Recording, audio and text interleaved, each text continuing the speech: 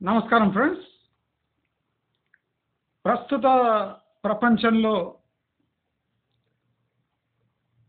Most discussed topic and least understood topic అంటే చాలా discuss చేసే టాపిక్, అతి తక్కువ మంది అర్థం చేసుకోవడానికి ట్రై కూడా చేయని టాపిక్ అప్పు. ప్రస్తుత ప్రపంచం అప్పులపై ఆధారపడి ఉంది. ఇది ఎవరు కాదు అవును ఏదైనా ఇది నిజం. అప్పు లేకుండా ప్రపంచం మనం చూస్తున్నట్టు ఉండదు, ఉండబోదు. అప్పు చాలా మంది జీవితాలను పాజిటివ్గా మార్చింది, నెగటివ్గా కూడా మార్చింది. అప్పు ప్రాణాలను నిలబెట్టింది, ప్రాణాలను తీసింది.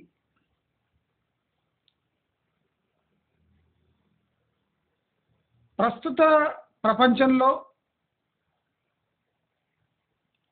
అప్పు గురించి నెగటివ్గా మాట్లాడే సత్తా, ధైర్యము ఎవరికీ లేదు. ప్రతి ఒక్క మనిషి తన జీవిత కాలంలో ఏదో రకమైన అప్పులకు గురైతూ ఉంటాడు. నేను యూజ్ చేస్తున్న వర్డ్స్ చూడండి.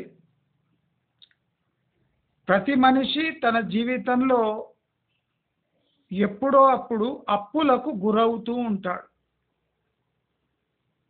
అంటే అది వ్యాధి అని కూడా మనం సంబోధించవచ్చు. అప్పులు ఒక మనిషి యొక్క మనస్థైర్యాన్ని నిలబెట్టే పని చేస్తుంది. అప్పు ఒక మనిషి ఆపదను దాటవేస్తుంది. అప్పు కొంతమంది సుఖాన్ని కొంటుంది. అదే అప్పు కొంతమందికి దుఃఖాన్ని మిగులుస్తుంది. అప్పుకు ఎన్నో అదేమంటారు తెలుగులో భాష్యాలు చెప్పచ్చు, ఎన్నో అర్థాలు తీయచ్చు. ఓవరాల్ అప్పు చాలా ముఖ్యము, అప్పు చాలా మంచిది అనే భావం వచ్చేటట్టే ప్రపంచం ఇప్పుడు నడుస్తుంది.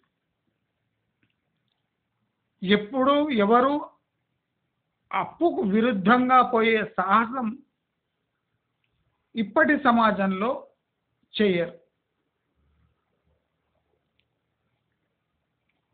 అప్పు ఇచ్చేవాడికి అప్పు తీసుకునేవాడికి ఇద్దరికి అప్పు యొక్క ప్రమాదకరమైన అంటే ఒక వస్తువు అప్పు చాలా ప్రమాదకరమని ఇచ్చేవాడికి తెలుసు, పుచ్చుకునేవాడికి తెలుసు. కానీ వింత ఏమంటే అప్పు ఎంత బలశాలి అంటే ఈ అనుమానాన్ని అనుమానం ఆశగా మారి ధైర్యంగా మారుతుంది. అనుమానం ఆశగా మారి అదే ధైర్యాన్ని ఇస్తుంది. అప్పుడే మనం అప్పు చేస్తాము, ఇచ్చేవాడు కూడా అప్పు ఇస్తాడు. ఈ వీడియో చాలా మంది జీవితాలను మార్చే వెసులుబాటు కలిగిస్తుంది. జాగ్రత్తగా ప్రతి ఒక్క మాట వినండి. తప్పకుండా మీ మిత్రులు బంధువులతో ఈ వీడియో షేర్ చేయండి. ఎందుకంటే ఈ వీడియో వాళ్ళ జీవితంలో ఏదో 5 to 10% అన్న మార్పు తెస్తుంది అని బలంగా నమ్ముతూ ఈ వీడియో చేస్తున్నా. నేను బలంగా నమ్ముతున్నా అంటే దాని శాతం చాలా ఎక్కువనే ఉంటుంది. నేను తక్కువ చేసి చెప్తున్నా. అప్పు బలాన్ని ఇస్తుంది, అది నిజం.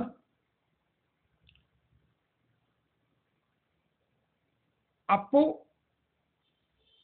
మనస్థైర్యాన్ని నింపుతుంది, బలాన్ని ఇస్తుంది, జీవితంపై ఆశ చిగురిచ్చేలా చేస్తుంది. మనం మాట్లాడుకుంటే పోతే చూడండి, అసలు అప్పు కన్నా బెస్ట్ థింగ్ వరల్డ్లో ఏం లేదు అని మనకే అర్థమయ్యేటట్టు చేస్తుంది అప్పు.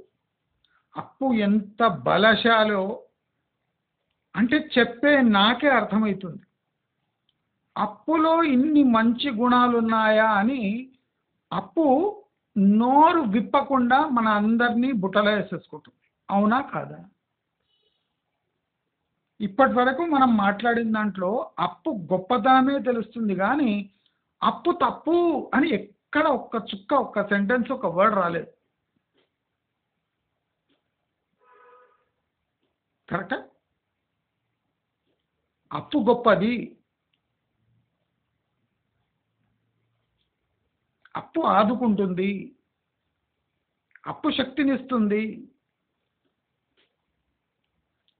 అప్పు మన కష్టాన్ని దాటవేస్తుంది. అన్ని పాజిటివ్ పాయింట్స్ అబౌట్ అప్పు. చాలా మంది అప్పును ఎదుర్కోలేక,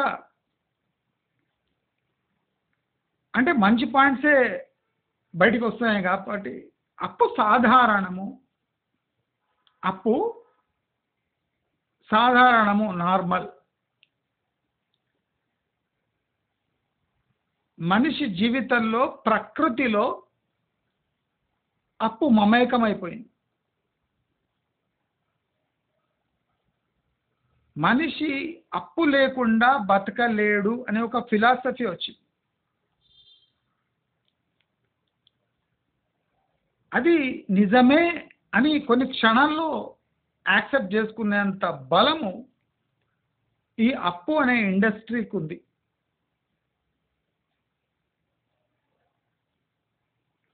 మరి అప్పును మనం వ్యతిరేకించాలా, హక్కును చేర్చుకోవాలా, ఆస్వాదించాలా?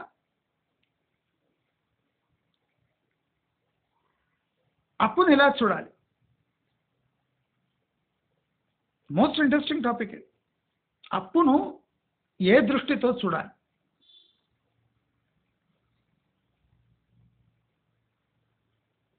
అప్పు ఎవరికీ అవసరం లేదు. ఇదొక్క టాపిక్ వచ్చే వరకు ఇక్కడ కొద్దిగా వెసులుబాటు కలుగుతుంది. అప్పు ఎవరికి అవసరము?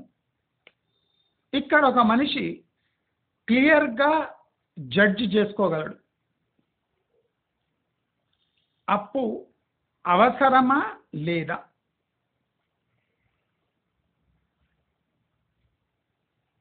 వేరే వాడి దగ్గర అప్పు చేసే కర్మ నాకెందుకు?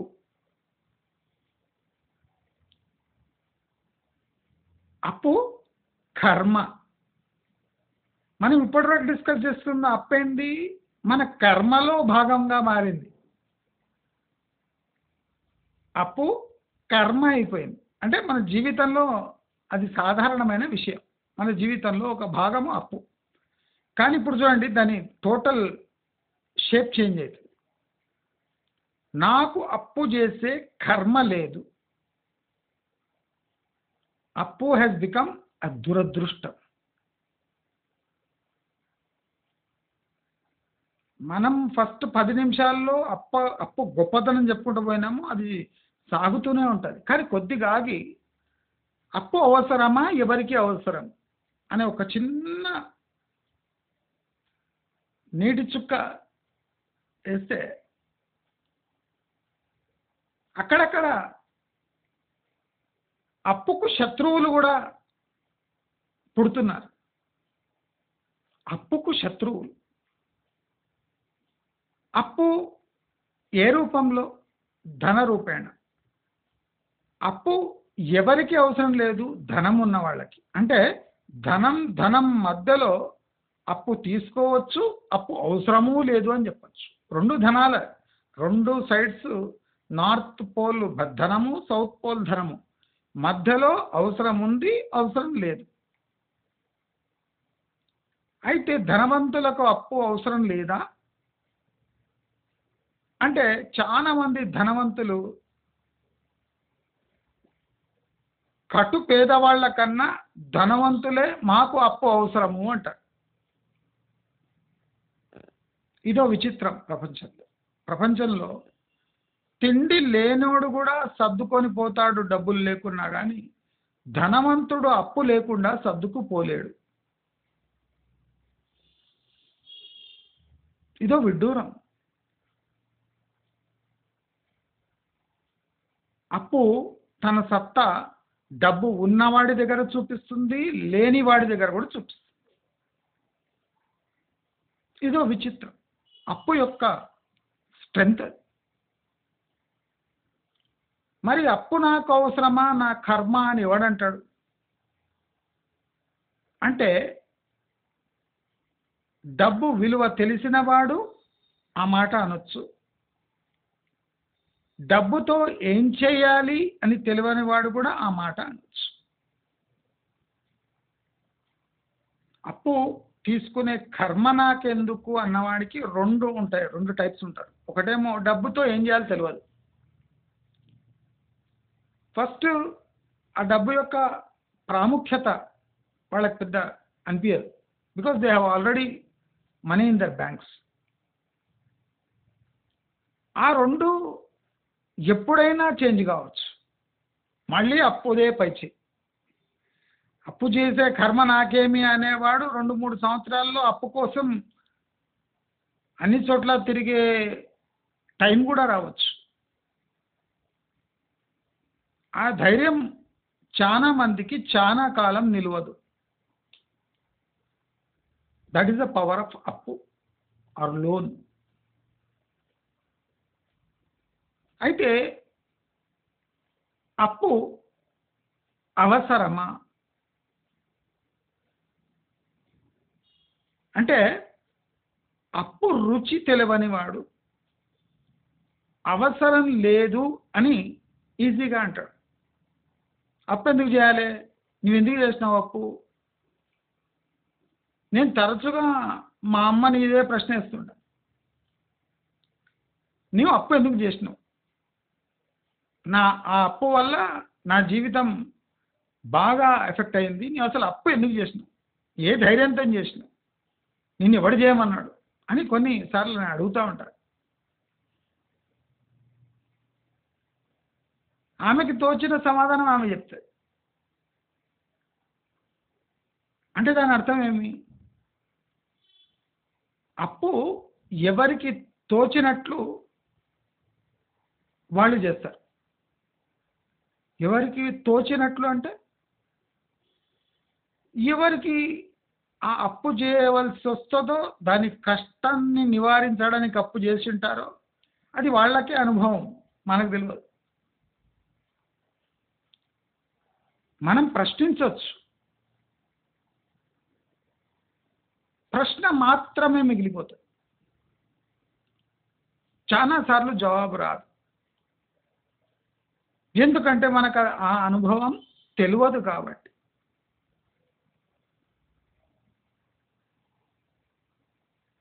చాకచక్యంగా అప్పు చేస్తారా, మూర్ఖత్వంగా అప్పు చేస్తారా, ఎంత పర్సెంట్ అప్పు చేస్తారు, అప్పుకు వడ్డీ ఎంత, ఇవన్నీ పెద్ద సబ్జెక్ట్.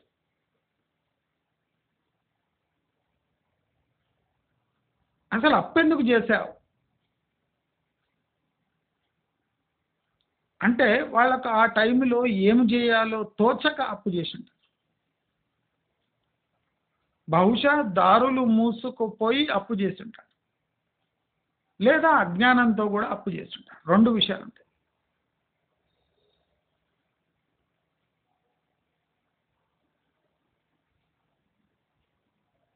తోచక అప్పు చేయడం అంటే తప్పక అప్పు చేయడం. తోచక అంటే దాని రెండో మీనింగ్ తప్పక. మూర్ఖత్వంగా అంటే తెలియకుండా అజ్ఞానంతో అప్పు చేయడం, అది నివారించవచ్చు. కానీ తప్పక అప్పు చేయడం అంటే ఆప్షన్ లేక అప్పు చేయడం, దీన్ని నివారించలేదు.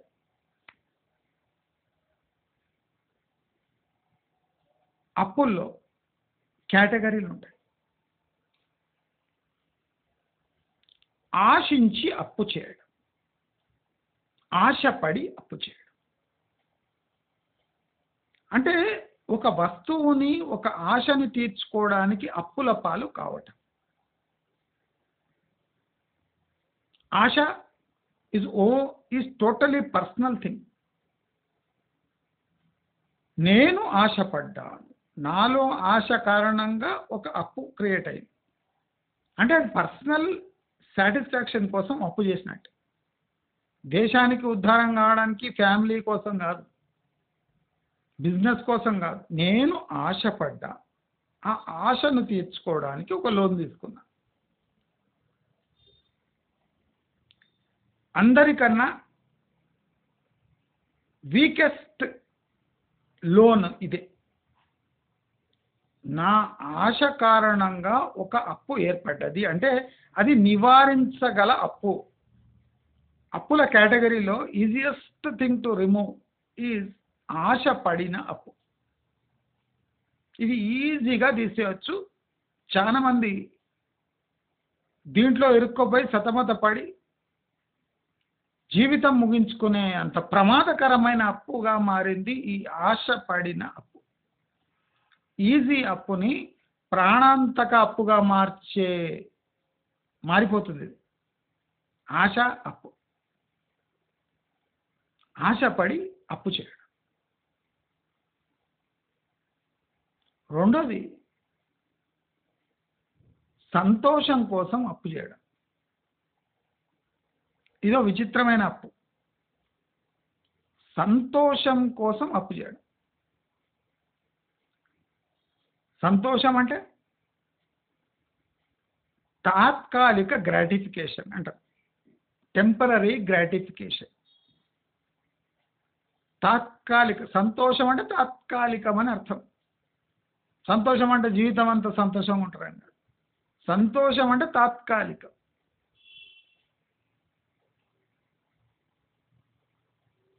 తాత్కాలికం సంతోషం కోసం తీసుకున్న అప్పు తాత్కాలికంగా తీరిపోతుందంటే తీరదు, ఎండ కొద్ది సాగుతుంది. ఆ సంతోషం ఆవిరైపోయే సాధనమే అప్పుగా మారుతుంది. అంటే సంతోషం కోసం తీసుకున్న అప్పు అదే మిజరీగా మారి మన జీవితాన్ని కబళించే అప్పుగా మారుతుంది. సంతోషం కోసం తీసుకున్న సంతోషం సమయానుకాల అంటే సమయం పోతున్న కొద్దీ అది మిజరీగా మారుతుంది, అంటే బాధగా మారుతుంది. సంతోషం బాధగా మారే ప్రక్రియ ఈ అప్పు వల్ల జరుగుతుంది.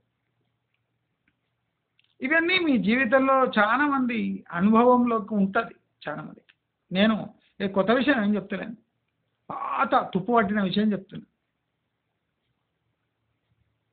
తుప్పు పట్టిన విషయం ఎందుకు చెప్పాలి?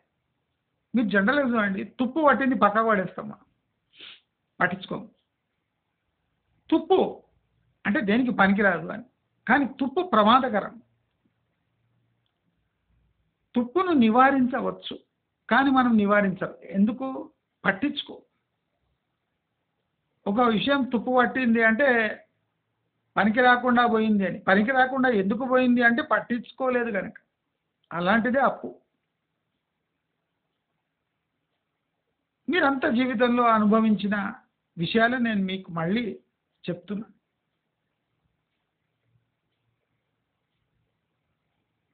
ఎందుకు చెప్తున్నా అంటే మీకు అనుభవంలోకి వచ్చినా దాన్ని తుప్పు పట్టిస్తారు కనుక మళ్ళీ మళ్ళీ చెప్తూ ఉంటా.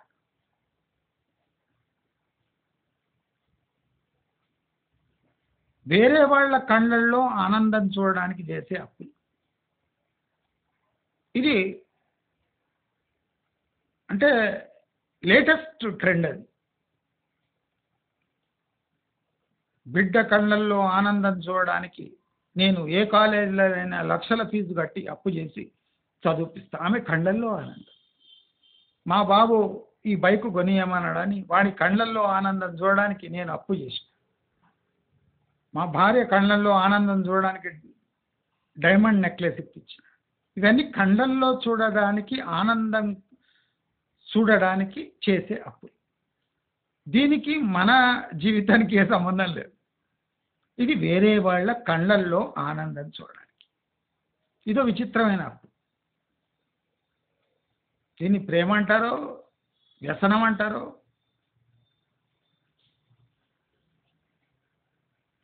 లేదా మత్తు అంటారో తెలియదు. ఈ మూడు కావచ్చు. కళ్ళల్లో ఆనందం కోసం చేసే అప్పు. ఇది భలే ఉంటుంది. ఇది మనకు కొన్ని రోజుల వరకు ఒక గొప్ప వ్యక్తిగా నిలబెడుతుంది. కళ్ళల్లో ఆనందం చూసే అప్పు. మీరు ఆ ఆనందం చూడాలని మనం చేసిన అప్పు అనగానే ఎవరి కోసం చేసి ఉంటాడో వాళ్ళ చేతిలో మీ కళ్ళల్లో మీరు చాలా గ్రేట్ పర్సన్ అయిపోతారు. చూసిందా మా డాడీ నా కళ్ళల్లో ఆనందం చూడడానికి అప్పు చేసిండు, గ్రేట్, అసలు కష్టమైన అప్పు చేసిండు నా కోసం, గ్రేట్ అంటాడు. కొడుకు అంటాడు బైకు డబ్బులు లేవు కానీ నా కళ్ళల్లో ఆనందం చూడడానికి మా నాయన అప్పు చేసిండు. భార్య కూడా ఉంటుంది తినడానికి గతి లేకున్నా నాకు నెక్లెస్ ఇప్పించి నానా యాతలను పడుతుండు అప్పు తీర్చడానికి, కానీ నా కళ్ళల్లో ఆనందం చూడడానికి ఇది చేసిండు కనుక నా మొగుడు గ్రేట్ అని కొన్ని రోజుల వరకు బాగానే వివడతారు. కళ్ళల్లో ఆనందం చూసే అప్పు. ఇది ఒక్కటే గ్రేటెస్ట్ అప్పు. దీన్ని చాలామంది కంట్రోల్ చేసుకోలేరు. ఇది రాను రాను వ్యసనంగా మారుతుంది. ఇలాంటి అప్పు, కళ్ళల్లో ఆనందం, ఇంకెక్కడెక్కడో ఆనందం. ఈ కళ్ళల్లో ఆనందం చేసే అంటే చూడడానికి చేసే అప్పు మన కళ్ళల్లో నీళ్ళు వచ్చే వరకు అది ఊరుకోదు. వేరే వాడి కళ్ళల్లో ఆనందం చేయడానికి చేసిన అప్పు మన కళ్ళల్లో నీళ్లు మిగులుస్తుంది. అప్పటికి ఊరుకోదు ఇది. మరి నీ కళ్ళల్లో నీళ్ళు వచ్చినప్పుడు ఆ కళ్ళల్లో ఆనందం చూడడానికి చేసిన వాళ్ళు నిన్ను ఆదుకుంటారా అంటే ఆదుకోరు. నీవు బాగా ఎమోషన్కి గురై ఈ పని చేసినావు, సో ఆ అప్పు తీర్చే బాధ్యత నీదే అంట. మరి నీ కళ్ళల్లో ఆనందం కోసం నేను అప్పు చేసిన అంటే అది నీ బాధ్యత అంటారు. కళ్ళల్లో ఆనందం అప్పుగా మారి నీ బాధ్యతగా మారుతుంది. అమ్మో జబర్దస్త్ పవర్. ఈ అప్పును పొగుడుకుంటా పోతే, దాన్ని విశ్లేషించుకుంటూ పోతే అప్పు అంత గ్రేటెస్ట్ థింగ్ ఇంకోటి లేదు. వెంకటేశ్వర స్వామి చెప్తాడు, నేనెందుకు చెప్పేది. బెస్ట్ ఎగ్జాంపుల్ ఇస్ వెంకటేశ్వర స్వామి. అప్పు చేసి తీసుకుంటూనే ఉన్నాడు. లక్కీ ఏమంటే వేరే వాళ్ళు తీరుస్తున్నారు ఆ అప్పు, మనకు ఆ అదృష్టం లేదు.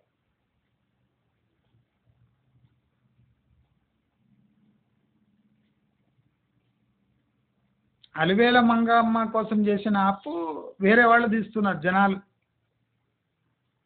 అదే మన ఆవిడ కోసం అప్పు చేస్తే బ్యాంక్ వాళ్ళు వచ్చి గేట్ దగ్గర నిలబడతారు. అందుకోసం ఆ గ్యారంటీ ఉంది కనుకనే వెంకటేశ్వర స్వామి అప్పు తీసుకున్నాడు. ఆయన సిబిల్ స్కోర్ చాలా ఘోరంగా ఉంది వెంకటేశ్వర స్వామి, మీరు గుర్తుపెట్టుకోండి. వెంకటేశ్వర స్వామి సిబిల్ స్కోర్ ఎప్పుడైనా చూపించిండ్రా? ఎవరు మాట్లాడరు కదా ఇట్లా. ఒక్కసారి వెంకటేశ్వర స్వామి సిబిల్ స్కోర్ తీపియండి. వర్స్ట్ సిబిల్ స్కోర్ ఉంటుంది టోటల్ బ్యాంకింగ్ హిస్టరీలో. ఇన్ని ఏళ్ళు, ఇన్ని వందల ఏళ్ళైనా అప్పు తీర్చకుండా పుట్టి వడ్డీలు ఇచ్చుకుంటా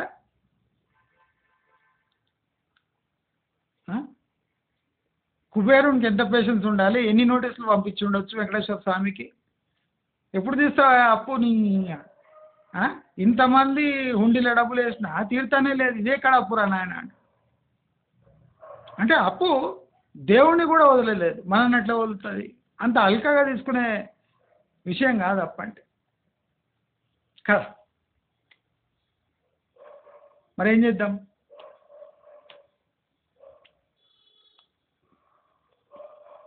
అప్పు తీసుకోకుండా జీవితాన్ని సాగించవచ్చా?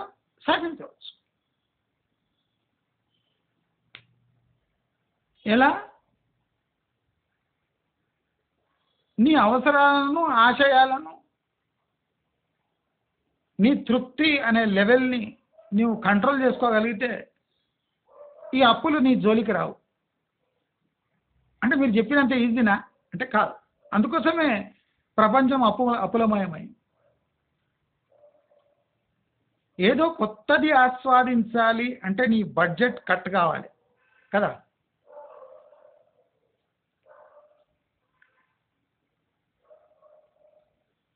కిలో బియ్యం 60 రూపాయలు, ఉడికించిన బియ్యం 300 రూపాయలు ప్లేట్. బిర్యానీ ఆస్వాదించాలి అంటే నీవు ఒక 200 రూపాయలు ఎక్స్ట్రా, 240 రూపాయలు ఎక్స్ట్రా పే చేయాలి. వాసన, ఘమఘమ, దాంట్లో వేసిన మసాలాలు అవి ఆస్వాదించాలి అంటే నీవు 240 రూపాయలు ఎక్స్ట్రా పే చేస్తే ఒక కిలో రైస్ పై, ఒక కిలో రైస్ 60 రూపాయలకి వస్తుంది. ఒక 8-10 మంది తినొచ్చు. దాంట్లో గుమగుమ ఉండదు కదా. ఆ గుమగుమ కోసం మనము ప్లేటు 240 రూపాయలు, 300 రూపాయలు పెట్టి తింటాం. అంటే 10 మందికి అంటే 3000 రూపాయలు అవుతుంది. 60 రూపాయల రైస్ను ఆస్వాదించడానికి, గుమగుమలాడే రైస్ తినడానికి, దాంట్లో అక్కడక్కడ ముక్కలు రావడానికి మనము 3000 రూపాయలు ఖర్చు పెట్టడానికి రెడీగా ఉన్నాం. 60 రూపాయల బడ్జెట్ కాస్త 3000 కావడానికి ఒక్క హోటల్ ట్రిప్ చాలు. అంటే మన టోటల్ అప్పు 2940 రూపాయలు. అన్నం ఆశగా మారితే, అన్నం బిర్యానీగా మారాలి, గుమగుమలాడాలి, దాంట్లో 2 ముక్కలు కనిపించాలి, పక్కకు రైతా కావాలి, ఆ ఏసీ కావాలి, ఆ 10 మందిలో కూర్చొని తినాలి, అంబియన్స్ వాటర్ కవరప్ చేయడానికి దాన్ని అంబియన్స్లో తినాలి అంటే 2940 రూపాయలు ఎక్స్ట్రా పే చేయాలి. 60 ఎక్కడ, 940 ఎక్కడ? అంటే అన్నంతో ఉంటుకునే తింటామంటే పప్పు చేసుకున్నా 100 దాటదు, కూర చేసుకున్నా 100 దాటదు, 150 దాటదు అనుకోండి. కూరలు, నూనె అన్ని కలిపి 150 ఎక్కడ, 3000 ఎక్కడ? అంటే జీవితంలో మనం ఆస్వాదించాలి అంటే అప్పుడప్పుడు అలా ఉండాలి అంటారు. అతను కూడా అంటారు అట్లా. ఏంది బతుక ఓసారి 150 రూపాయలని 3000 చేసి చూడు, ఆనందం చూడు అంట. ఎవరికి ఆనందం? తిని బిల్లు కట్టకుండా పోయినోడికి మాత్రమే ఆనందం. బిల్లు కట్టేటోడికి ఎప్పుడో ఎక్కడో ఏదో దాకి ఎక్కడో నొప్పి ఉంటుంది. అంటే అంత తాత్కాలికం.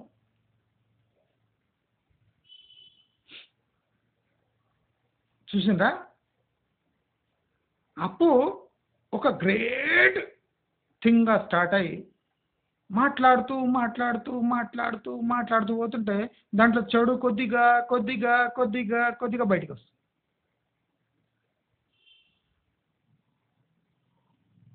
ఇది ముదరక ముందే, ఈ మంచి అప్పు ముదరక ముందే, అది చెడు రూపం దాల్చక ముందే. ఈ అప్పు గురించి మనం వేరే వీడియోలో తప్పక మాట్లాడుకుందాం. మీకు ఈ వీడియో నచ్చినట్టయితే రాబోయే వీడియోపై ఏదైనా ఆశలు ఉంటే తప్పకుండా లైక్, షేర్, సబ్స్క్రైబ్ చేసుకోండి. నమస్కారం.